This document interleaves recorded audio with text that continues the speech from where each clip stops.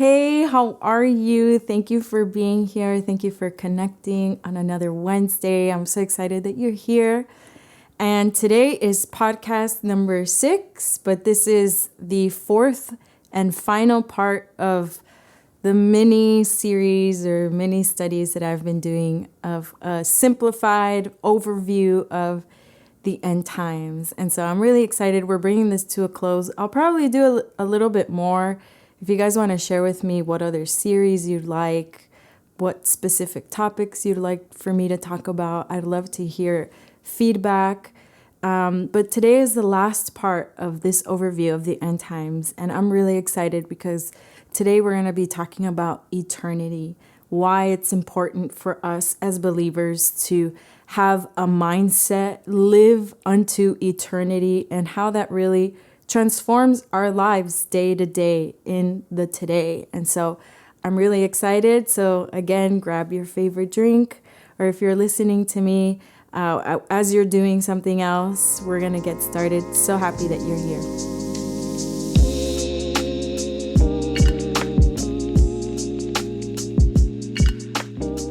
Okay, so we're going to get started. And I want to encourage you, if you haven't heard the other parts of this mini series or mini studies, I'd encourage you to listen to them because all of it is so connected. And so in the first one, we talked about what is the end times, that the end times is actually part of God's storyline to lead us to know who He is, know the desire of His heart to dwell with us. And He also reveals to us His Son, Jesus. Jesus is the one that's going to fulfill the plan of the Father of bringing His kingdom onto the earth. And then our second session, we talked about more of the revelation of Jesus, knowing Jesus as bridegroom, king, and judge. The third one we talked about, which was our last one, about maturing in love and how even in trials and tribulations, there are opportunities for us to grow, for us to mature, and for us to cling on to what is true, to cling on to Jesus. And so today I want to talk about eternity, and that this life is just a shadow. It is just a glimpse.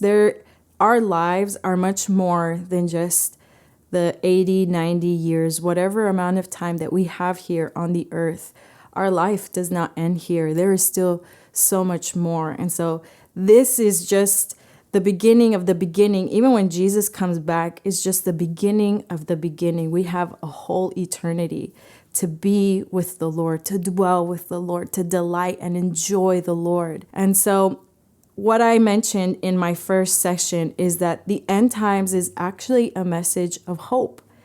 It's a message that brings encouragement and hope. It doesn't bring fear. Maybe sometimes naturally that does come up because of other things that are going to happen at the same time. Like we talked about the negative aspects of tribulation, of persecution, of famine, and those are all real, true aspects that Jesus Himself talks about when it's about the end times and the things that are going to lead up to His return. But it's a message of hope at the end of the day because we know that Jesus is going to come back.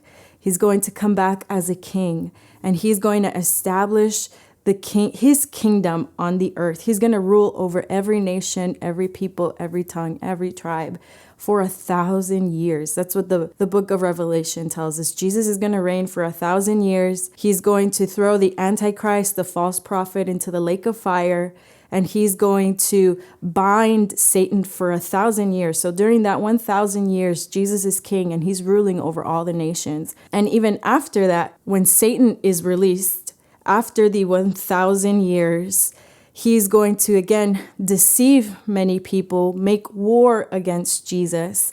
Jesus is going to then defeat Satan, throw him into the lake of fire. That's where he's going to be forever. But this is the exciting thing. Jesus' coming doesn't just end with Jesus coming. It ends with the Father coming. And that's something we don't really talk about a lot of times.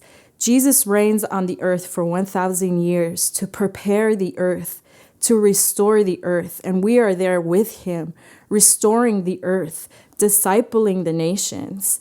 And there's so much to talk just alone about that point of time, the millennial kingdom, the 1,000 years that Jesus is going to reign as king over the earth, prepare the earth for the Father to come. And the Father is going to come. This is what Revelations 21 talks about, that the Father is going to descend with the New Jerusalem. That's the heavenly city.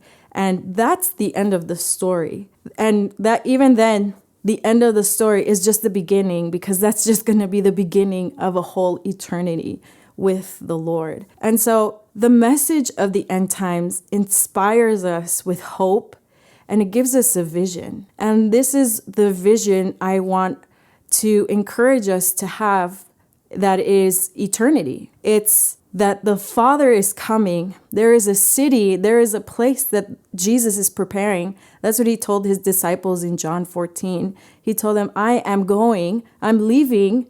When Jesus, before dying on the cross and before ascending, he told them, I'm going to go, and I'm going to go prepare a place for you.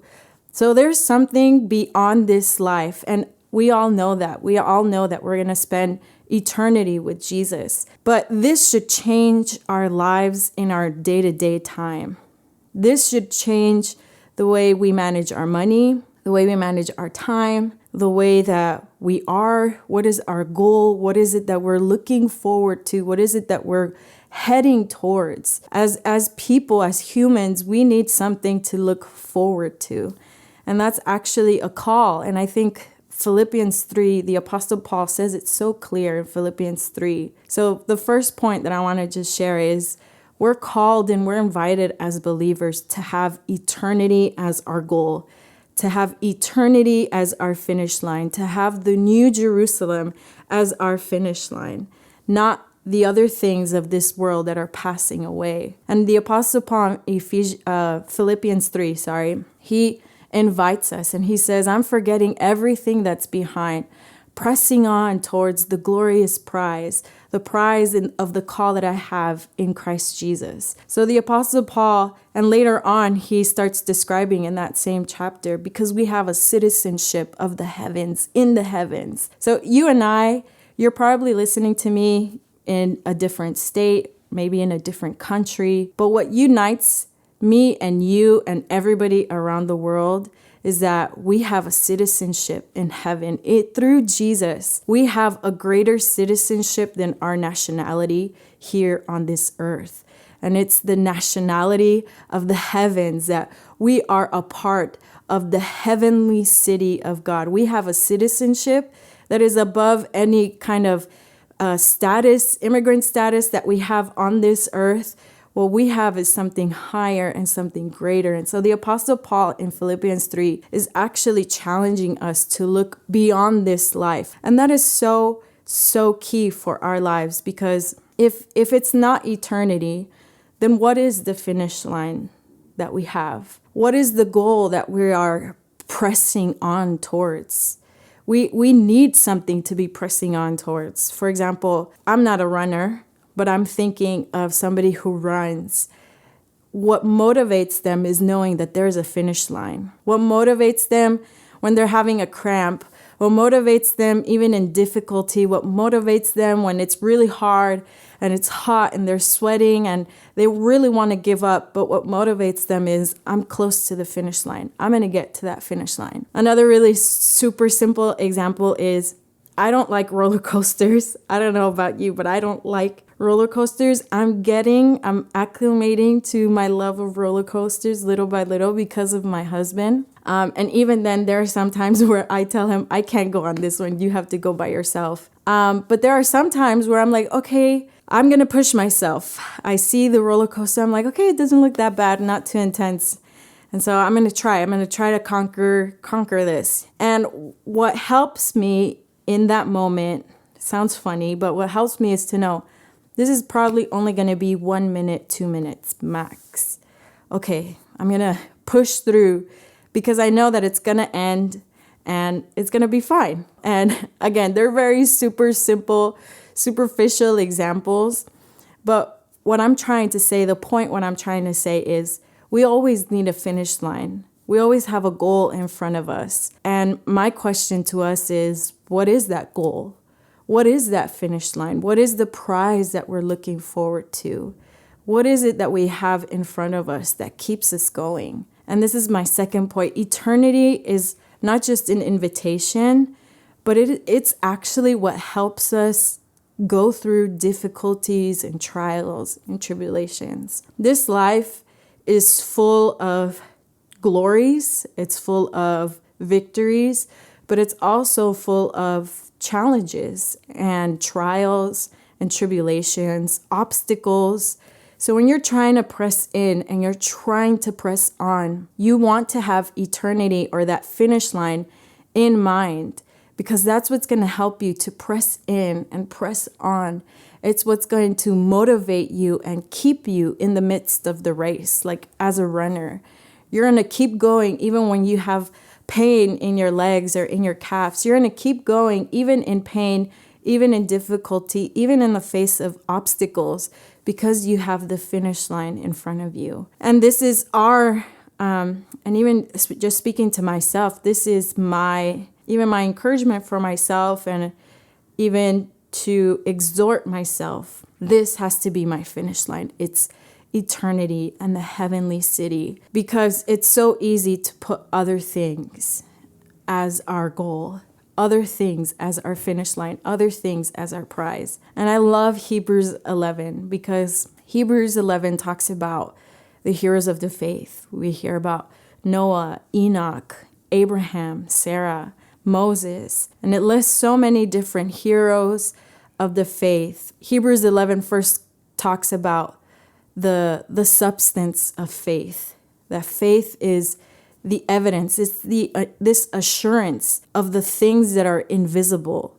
So it's this assurance of the unseen. And when it starts talking about the heroes of the faith, you see that they actually lived through a very difficult life. And obviously, if we read through their stories in the Old Testament, we can see their journey. We can see their weakness. They were not perfect people. They were really weak and broken people, but they held on in faith, held on to the promises. They held on and persevered in obedience, in love for the Lord, even in their weakness, even when they were really immature and they made a lot of mistakes. But they held on and they persevered. And what helped them persevere, the writer of Hebrews says, is because they had faith in the things unseen. So, for example, I'm going to read it here. This is in Hebrews 11, verse 13 through 16. And I love it because this shows that they lived lives that gave a testimony to the people around them and a testimony to us. Even now, to this day, their lives are giving us a testimony that they lived for something greater than this life. And so this is what it says. These all died in faith, not having received the promises, but having seen them from afar off. They were assured of them, embraced them, and they confessed that they were strangers and pilgrims on the earth. For those who say such things declare plainly that they seek a homeland. And truly, if they had called to mind that country from which they had come out, they would have had opportunity to return. But now they desire a better, that is, a heavenly country. Therefore, God is not ashamed to be called their God, for he has prepared a city for them. That's so crazy. Such a good verse to summarize their lives. And if you go one by all of them, you can see all the difficulties they went through. For example, and maybe you can relate to some of these difficulties. Noah was somebody that was completely misunderstood, mocked at, because in his fear and his reverence of the Lord and a fear of the Lord and his love for the Lord warned him of things to come, and he started to prepare an ark. He responded when it didn't make sense. So have you been in a time where you obeyed God and it didn't make sense, and people around you were accusing you or mocking you or doubting you? Abraham was somebody who had to leave everything he knew to obey the Lord. He left everything he knew, holding on to a promise that he was going to have a son, and not just a son, but be a father to nations. And Abraham was over 100 years old when he received this promise. I mean, think about all the reproach he had, how misunderstood he was, how maybe alone he was. Even him just leaving his comfort, leaving his home country. Maybe you're in a place where for obeying the Lord, you had to leave your country. You had to be in a different place, a place that you don't know, a place that's new, a place that's uncomfortable, and you're being misunderstood for obeying the Lord. Think about Sarah. Sarah, after, being over 100 years old, held on to the promise. At first, in her immaturity, she didn't believe it. She had a lot of unbelief in her heart. She even laughed about it. That's what the book of Genesis tells us. But later on, she fought for that promise to believe it in her heart, to consider that the God who gave her that promise is faithful, and she held on to that promise. So she was probably misunderstood, probably made fun of for her faith. Think about Moses. The writer of Hebrews mentions Moses as well, how he being called part of the family of Pharaoh, a son of the daughter of Pharaoh, left all the riches that he had, left his place of privilege, left his comfort zone, left all his wealth for the sake of obeying the Lord. And he chose that. He chose obedience over pleasures of sin and over the pleasures he could have had staying in Egypt. And so maybe you can relate to all these heroes of the faith. They were misunderstood. They were mistreated. They were probably mocked, but their lives gave a testimony that they lived for something greater than this life. They lived towards the New Jerusalem. And I love what it says here. But now they desire a better. They desire something better than this home. They desire something better than this life. And it's a heavenly country. And it's a city that God is preparing for them. He's preparing for me. He's preparing for you. And so when I hear this, when I read this, it strikes my heart, and it has to bring conviction into my life of, am I living this way? Am I living at a life that gives a testimony to the people around me that I'm not living for this life? I'm living for the next life. I'm living towards the New Jerusalem. I am clinging onto the New Jerusalem in eternity, even in the midst of trials and tribulations, in the midst of shakings, in the midst of misunderstandings, in the midst of people not understanding me or accusing me. What's going to keep me is going to be, my eyes are on the things that are unseen. My eyes are on the heavenly city. My eyes are on Jesus, and my eyes are unto eternity. I'm going to spend an eternity with him. I am a part of that city. That is where I belong. That's really my home, and that's your home too. We want to live as pilgrims, as sojourners of this earth. We're just passing by. This earth is fleeing away. This life is fleeing away. It's fleeting. It's here today, but it's gone tomorrow. Life is but a vapor. That's what Ecclesiastes says. It's gone in a flash. And so what is it that we're holding on to? What is it that we're clinging on to? What is it that we're going and heading towards? And I think a lot of times what comes into mind is materialistic things. And those are things that we can be clinging on to. In this sense, spiritually speaking, living as pilgrims is we can't cling on to the things that we have. And so, yes, it talks about materialistic things. Maybe we cling on to money, the love of money. We cling on to this cultural desire of consumption, and we buy things that we don't even need a lot of times. Like, we're just accumulating, and we're just looking for riches, and we're looking for things. But I also want to encourage you to look even deeper, not just the materialistic things that we can cling on to, But look even deeper. If the prize of your life is the praise of men, if the goal that you have is comfort, if the goal or the prize that you have is to feel that you are wealthy, that you have some kind of success. So I just encourage you to go deep in asking the Lord, Lord, what is the finish line, the goal that I have in my life? What is determining how I spend my money? What is determining how I spend my time, how I am with people, how I love you, how I obey you, how I respond to you? Is there something else other than eternity that I run to when I'm in need,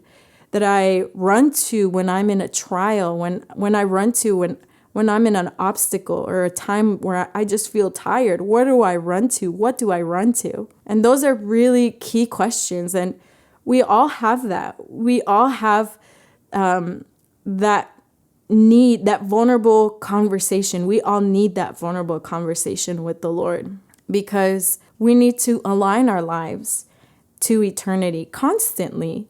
It's not just today I'm going to do it and forever I'm going to be like that. No, seasons change in our lives. Maybe you started a new job, you go to school, you start doing different things in the midst of changes, in the midst of seasons. It's so key to realign our hearts again and say, Lord, I want you to be my prize and my finish line. I want eternity to be what holds me in the midst of trials and tribulations, in the midst of even victories and times of celebration. Like, I want to cling on to what is the invisible. I want to have my eyes fixed on you. And even if I have things, even if I don't have things, even if I have the house or I don't have the house, even if I have this or have that, we even can put ministry in that place. And so we just want to say, Lord, we want eternity to be our prize and our finish line. We want you to be our greatest prize, our finish line. And so, friends, I just want to encourage you with that today. This should bring a sense of urgency in our lives. Like, this life is fleeting. This life is so short. We don't feel it that way, but this life is going to go by in just a snap. That's why Ecclesiastes says it's but a vapor. It's like a breath. It's so fragile and it's so small. And I'm not diminishing this life. Like, the Lord actually wants to value our lives and say, this short amount of time, you can choose to love me. You can love me with all your heart, mind, soul, and strength. And that's my invitation today, even for myself, is that I can choose to love the Lord in the midst of this short life. And this life is so short. I don't want to waste it on vanity. I don't want to waste it on the things that are passing away. I actually want to build my life and have my eyes set on eternity, on that new Jerusalem, that Jesus is going to be king. The Father is going to come in all his glory. He's preparing for us a city that's what Hebrews also talks about. Abraham was looking towards that city whose builder and architector is God. And so that's my invitation to you this day, and my encouragement for you. In my life, I think I held on to the American dream. And the American dream for me was more of comfort. For some reason, I had in my mind, well, there's going to come a point of time in my life where I'm just going to relax and chill. And I'm going to give it all right now, but so that I can relax and chill later. That was something that, just naturally was in my mind. And I felt like the Lord was telling me, Ellie, your life is never just going to be a time to chill and relax. You don't have time for that kind of thing. And I'm not saying don't rest. It's very important to rest and to know how to rest, to know how to put limits. But in my case, I was making that my goal of, at one point, I'm just going to forever relax. And the Lord was telling me, no, seasons change. Obviously, maybe there is going to be a season where you have more responsibilities, you're not able to give as much, or your body physically is going to change. You have certain limitations, capabilities. But he's like, you're never going to just have a life where you're just chilling and relaxing and living that American dream or living that American life. Like, I'm calling you to something higher. And so I just want to encourage you today to be honest and have those conversations with the Lord, and for us to live lives unto eternity. This life is short, but we can value it and use it to love the Lord and to live unto eternity, so that when we stand before the Lord face to face, we can tell him, Lord, I loved you well. You gave me this amount of time on the earth, and I learned to love you well. I learned to love people well, and I learned how to serve you, how to love you. I learned how to obey you. Like, Lord, I loved you in this life. And so that's my encouragement for you guys today. Again, so glad that we finished this little mini series. Again, tell me if you have any other ideas that you'd like for us to talk about. It'll be so much fun. So thank you for being here. I hope that this blesses you. If you can like it, subscribe, or send it to other people who it will also bless. And thank you so much.